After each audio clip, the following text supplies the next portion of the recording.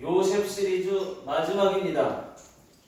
원래 5주간 하겠다고 말씀을 드렸는데 한 달 내내 요셉 이야기만 했더니 꿈에 요셉이 나타난 거예요.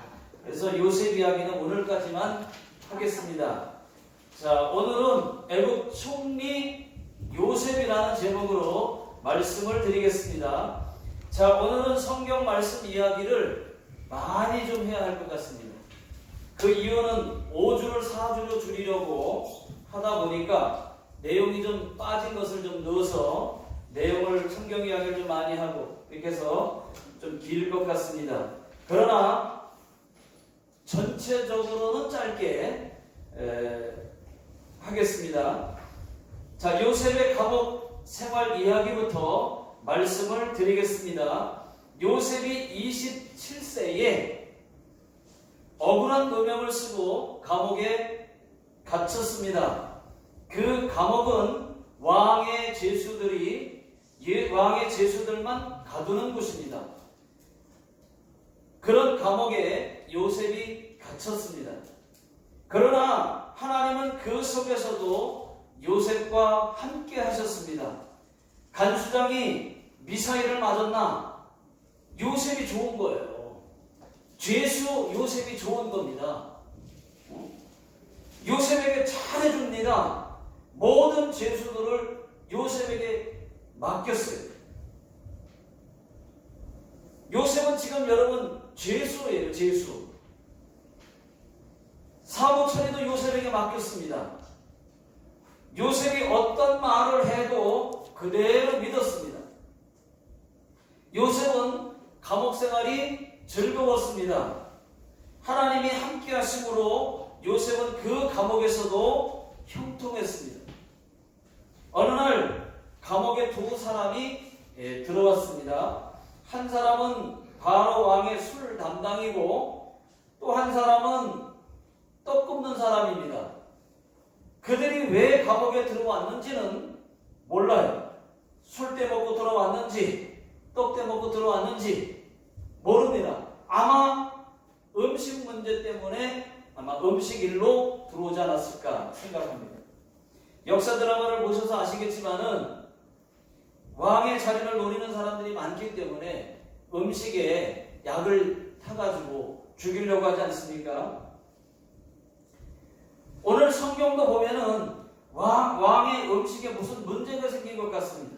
그래서 술 맡은 관원장과 떡 굽는 관원장이 감옥에 들어온 것 같습니다. 조사해보면 나오겠지만 누구의 잘못인지 아니면 둘이 공범인지 그 조사 결과가 나오기까지는 감옥에 갇혀 있어야만 해요. 못 나와요. 자, 어느 날 그 두 사람이 꿈을 꾸게 되었습니다. 술 맡은 사람은 왕에게 술을 따라주는 꿈이고 떡 굽는 사람은 새들에게 떡 먹히는 꿈이었습니다.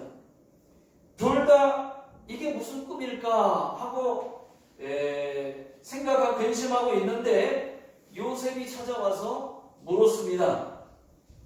왜 두 분 다 가오가 어둡습니까?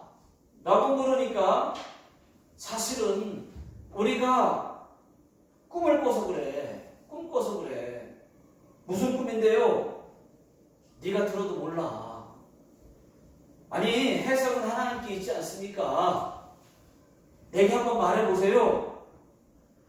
무슨 꿈인데요? 그러니까 그럴까? 하더니 술 맡은 관원장부터 이제 이야기를 하기 시작합니다. 사실은 내가 꿈을 꿨는데 내 앞에 포도나무가 있었어. 그런데 그 나무 세 가지가 싹이 나고 꽃이 피고 포도 열매가 맺혔거든.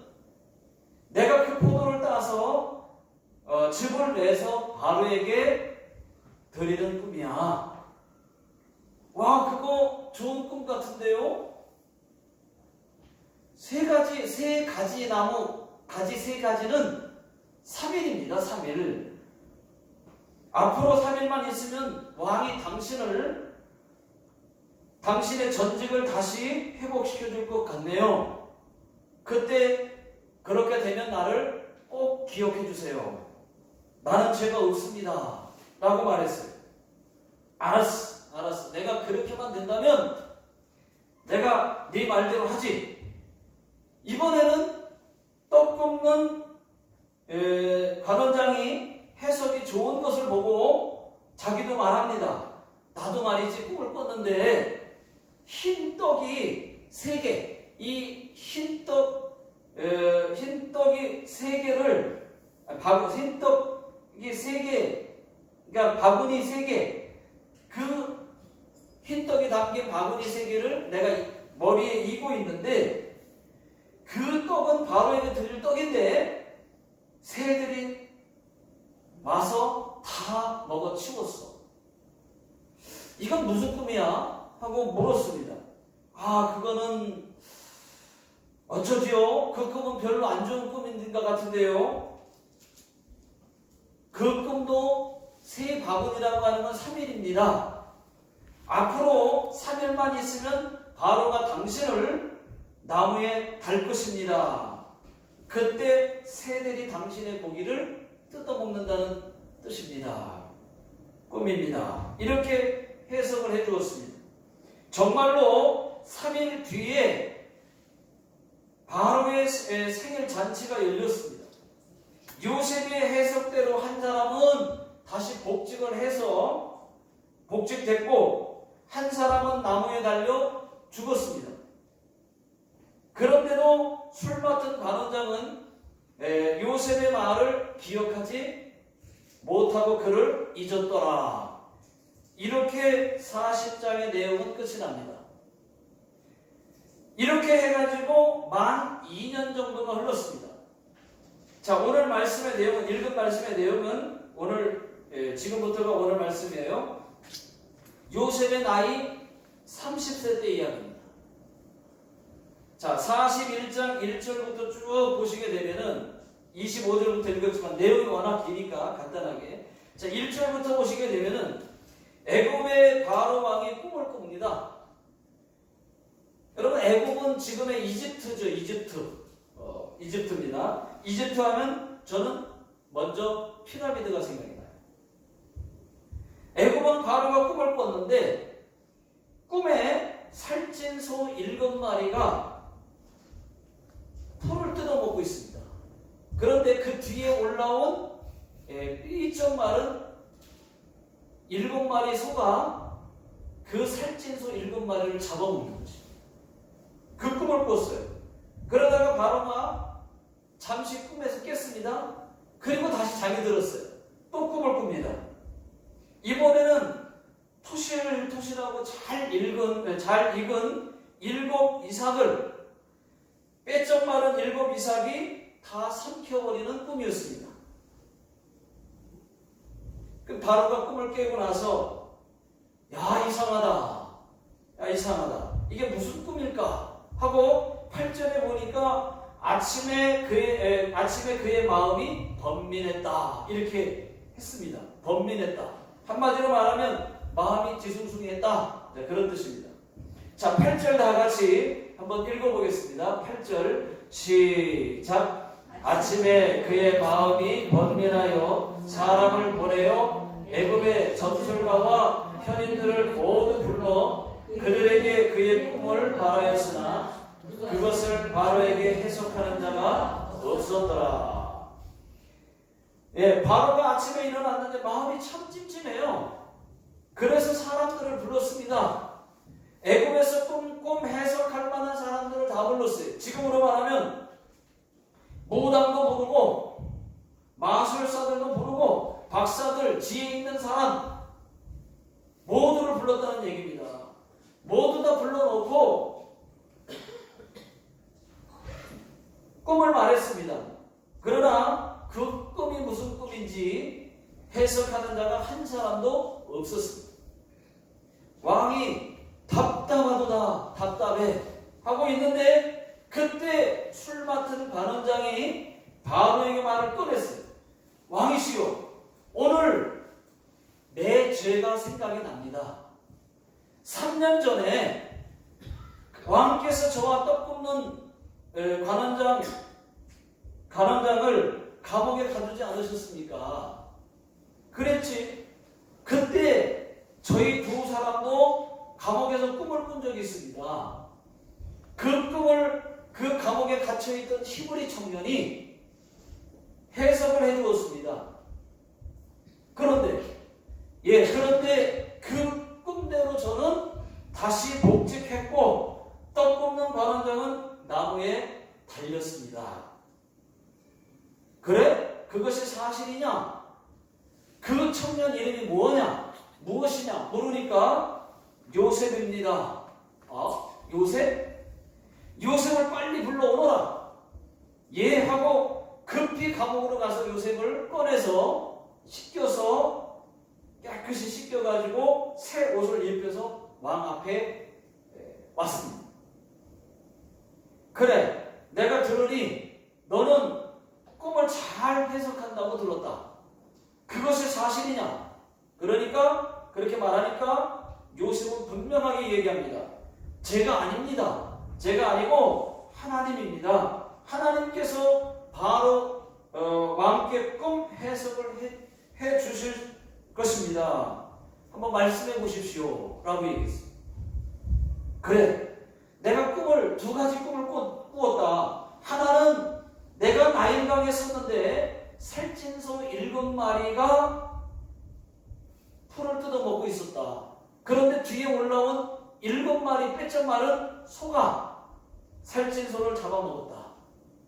그 다음에 다시 잠에서 깼다가 다시 꿈을 꿨는데, 또 하나는 잘 익은 7 이삭을 삐쩍 마른 7 이삭이 먹어버렸다. 그런데 이 꿈을 해석하는 자가 하나도 없구나 라고 얘기하니까 왕이시여, 그 꿈은 하나님이 왕께 보여준 꿈입니다. 7마리와 7 이삭은 7년을 뜻합니다. 왕께서 꿈을 2번 겹쳐 꾸신 것은 그만큼 급하다는 뜻입니다. 자, 7년의 풍년이 있은 후에 7년의 흉년이 온다는 뜻입니다. 그렇게 말하니까 놀랍도다. 참으로 놀랍도다. 그러면 내가 어찌하면 되겠느냐 하고 물었어요. 왕이시여, 명철하고 지혜 있는 자들을 뽑아서 애굽 땅을 다스리게 하십시오 라고 말했어요. 어떻게 말이냐? 7년 동안 7년 풍년에 있을 때 곡식을 많이 거둬들여서 많이 흉년 7년을 대비해서 많이 쌓아두십시오. 그러시면 7년 흉년으로 망하지 않을 것입니다. 그랬어요. 바로가 요셉에게 놀라지 않을 수도 없어요. 네 말이 옳도다. 너같이 지혜 있는 자를 어디서 또 찾겠느냐? 하나님의 영에 감동된 자가 여기 있으니 네가 나라와 내 백성을 다스리라.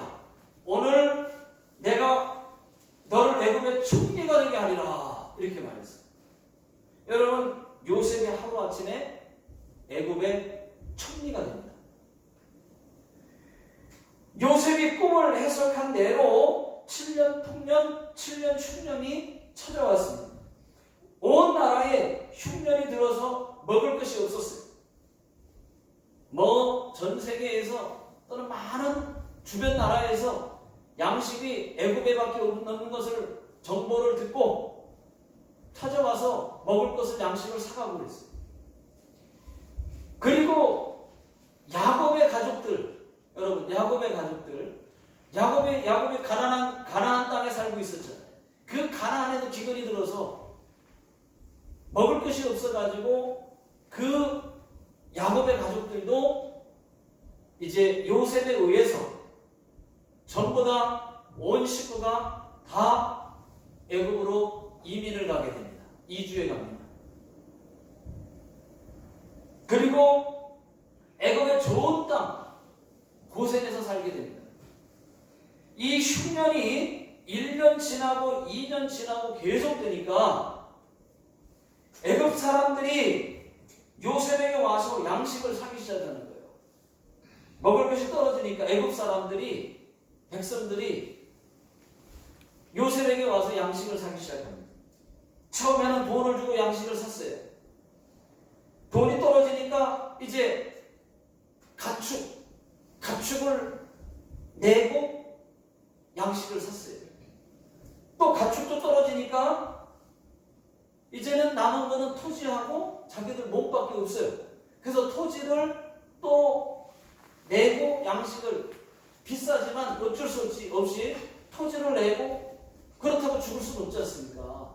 그러니까 토지를 팔고 또 양식을 사서 먹고, 그러다가 또 떨어지니까 나중에는 내가 바로의 종이 되겠습니다, 나의 몸을 드립니다 하고, 죽을 수는 없지 않느냐고, 그래서 몸을 종이 될 테니까 먹을 양식을 주십시오. 우리 식구들이 다 죽어갑니다. 해가지고 요셉이 그렇게 하라 하고 양식을 또 나눠줬어요. 자, 창세기 47장 20절 다 같이 한번 읽어보겠습니다. 자, 시작. 그러므로 요셉이 애굽의 모든 토지를 다 사서 바로에게 바치니 애굽의 모든 사람들이 기근에 시달려 각기 토지를 팔았습니다. 땅이 바로의 소유가 되니라. 자, 여기까지가 오늘 말씀의 전체 내용입니다. 저는요, 오늘 말씀에서 두 가지를 함께 나누고 싶습니다.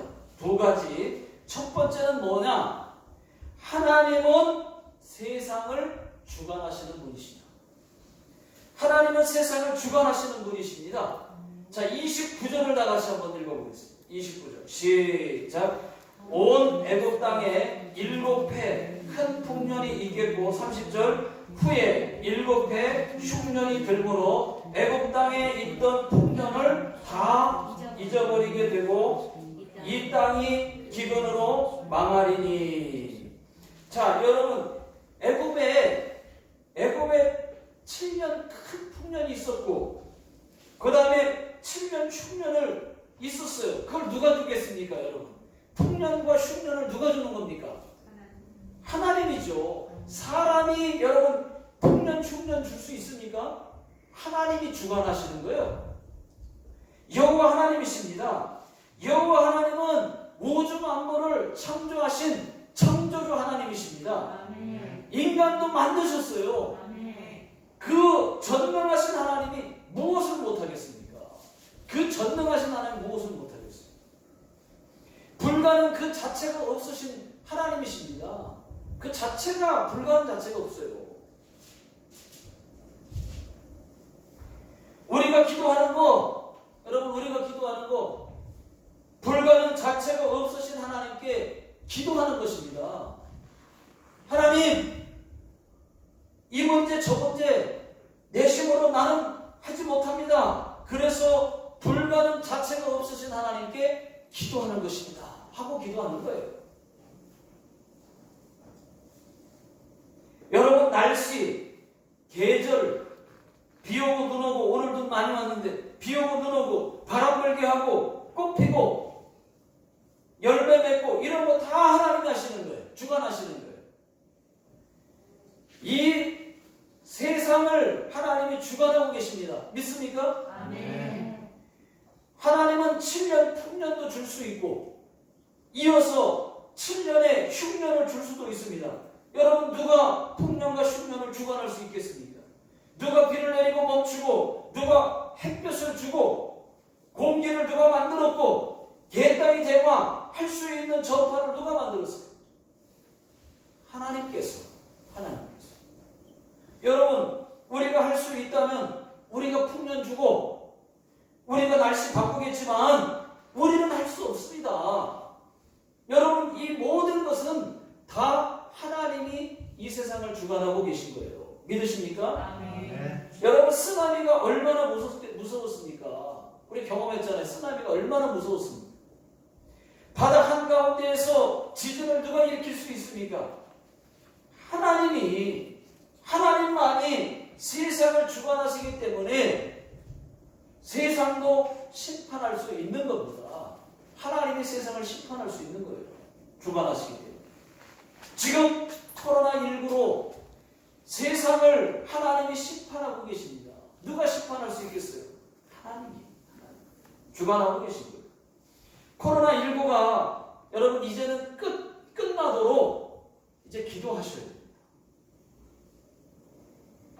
하나님과 멀어진 분들은 하나님께 가까이 돌아와야 이 코로나 문제가 끝납니다. 계속 더뎌지니까 계속 끌고 계십니다. 돌아오라고.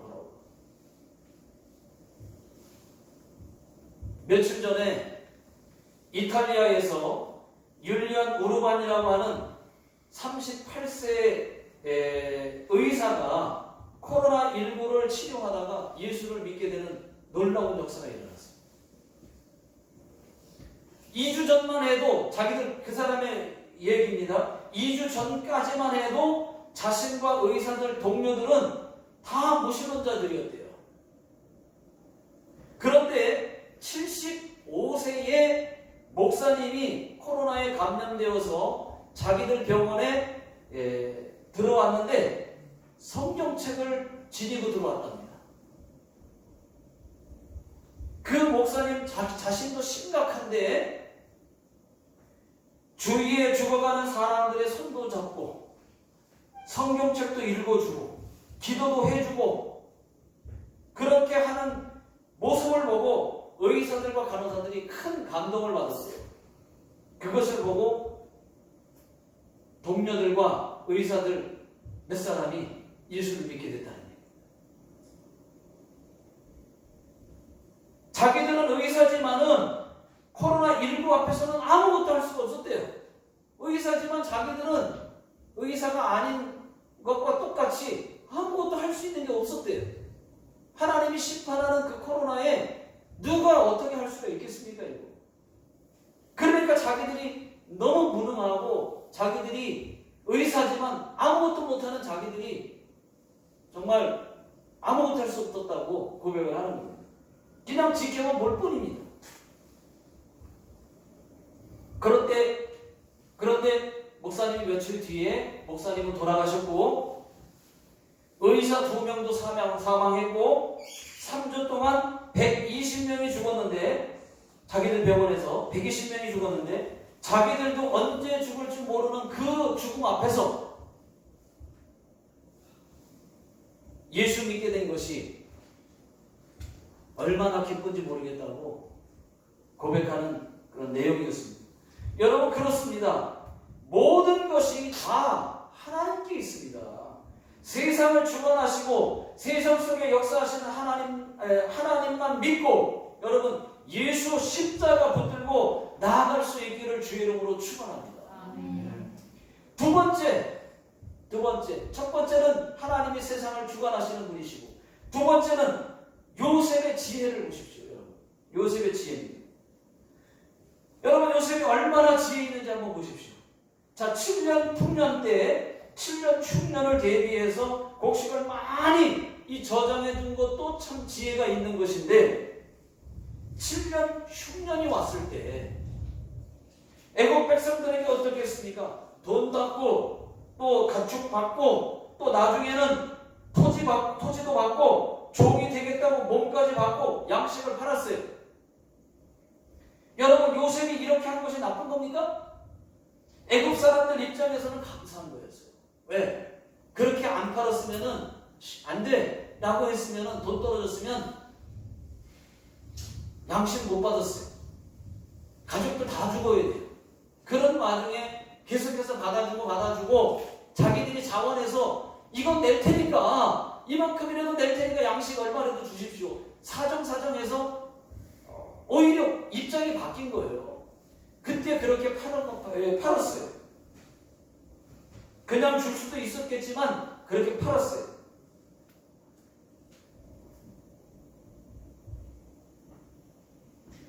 그렇게 하지 않았으면 가축 받아줘서 양식 사고 받아줘서 양식을 몸까지도 받아줘서 양식을 사게 해준 것이 요셉의 요셉에게 고마울 따름입니다.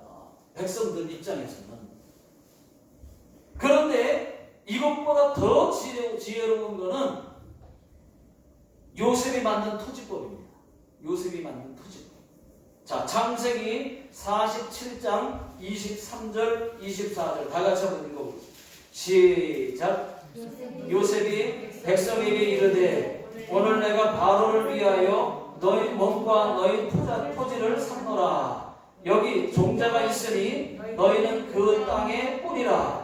추수의 5분의 1을 바로에게 상납하고 5분의 4는 너희가 가져서 토지의 종자도 삼고 너희의 양식으로도 삼고 너희 가족과 어린 아이의 양식으로도 삼으라. 여러분, 이것이 요셉이 만든 토지법이에요. 너희 몸과 너희 토지를 다 샀노라. 이제부터 종자씨를 줄 테니까 땅에 뿌리고 추수하거든 5분의 1은 세금으로 바치고 5분의 4는 너희 양식으로 삼으라. 가족들과 함께 먹으라 라고 얘기를 했습니다. 여러분 한번 생각해 보십시오. 이때가 지금 기근 중이었으면 종자씨를 심은들 추수가 되겠습니까? 이때는 이미 흉년이 다 끝날 때까지는 몸에 종으로 삼듯이 그냥 먹여 살려서 계속 가족들에게 먹여주고, 그런 다음에 7년 흉년이 끝났을 때 이 토지법을 만든 거예요. 그러니까 흉년이 끝났으니까 이제 종자씨를 주어서 이제 너희가 먹고 심어서 수확이 되면, 여러분 만약에 흉년이면 종자씨를 준들 추수한들 그게 추수가 되겠어요? 열매를 거둘 수 있어요? 그러니까 이 토지법은 언제 만든 거냐? 7년 흉년이 끝났을 때. 그렇게 성경에는 안 나와 있지만 추측할 수 있는 거예요. 그래서 흉년이 딱 끝났을 때 그때 토지법을 만들어서 종자씨를 주면서 이제는, 그리고 종자씨만 준 게 아니에요. 땅도 다시 다 돌려준 거예요. 성경에는 안 나와 있지만 다시 너희 땅에다가, 너희 원 땅에다가 돌려주면서 거기다가 종자씨까지 줄 테니까 심어서 그 다음에 5분의 1만 세금으로 바쳐라. 그리고 5분의 4는 너희 양식으로 삼아라 하면서 돌려주니까 얼마나 고마운 겁니까? 그러니까 벌써 그렇게 한번 하고 나니까 그 마음이, 나라를 사랑하는 마음이 이 애국 백성들에게 넘쳐나는 거예요. 막 충성맹세하는 겁니다.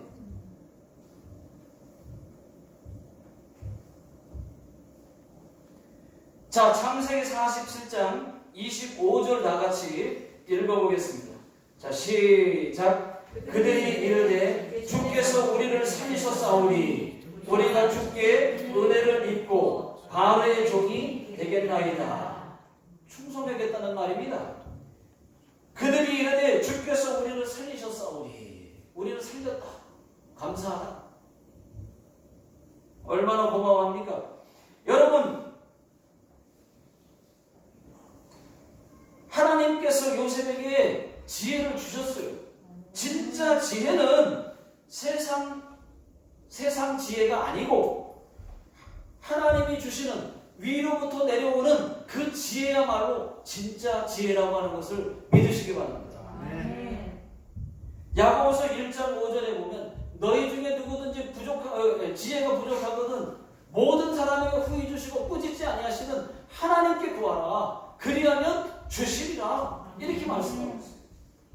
여러분, 지혜를 달라고 기도하는 자에게 하나님이 꾸짖지 않으신대요. 왜 지혜를 달라 그러냐? 뭐라고 말씀하지 않는데요. 하나님께 지혜를 달라고 기도하십시오. 기도할 때마다 지혜를 간구하십시오. 하나님이 지혜를 주십니다. 여기까지 기도하겠습니다.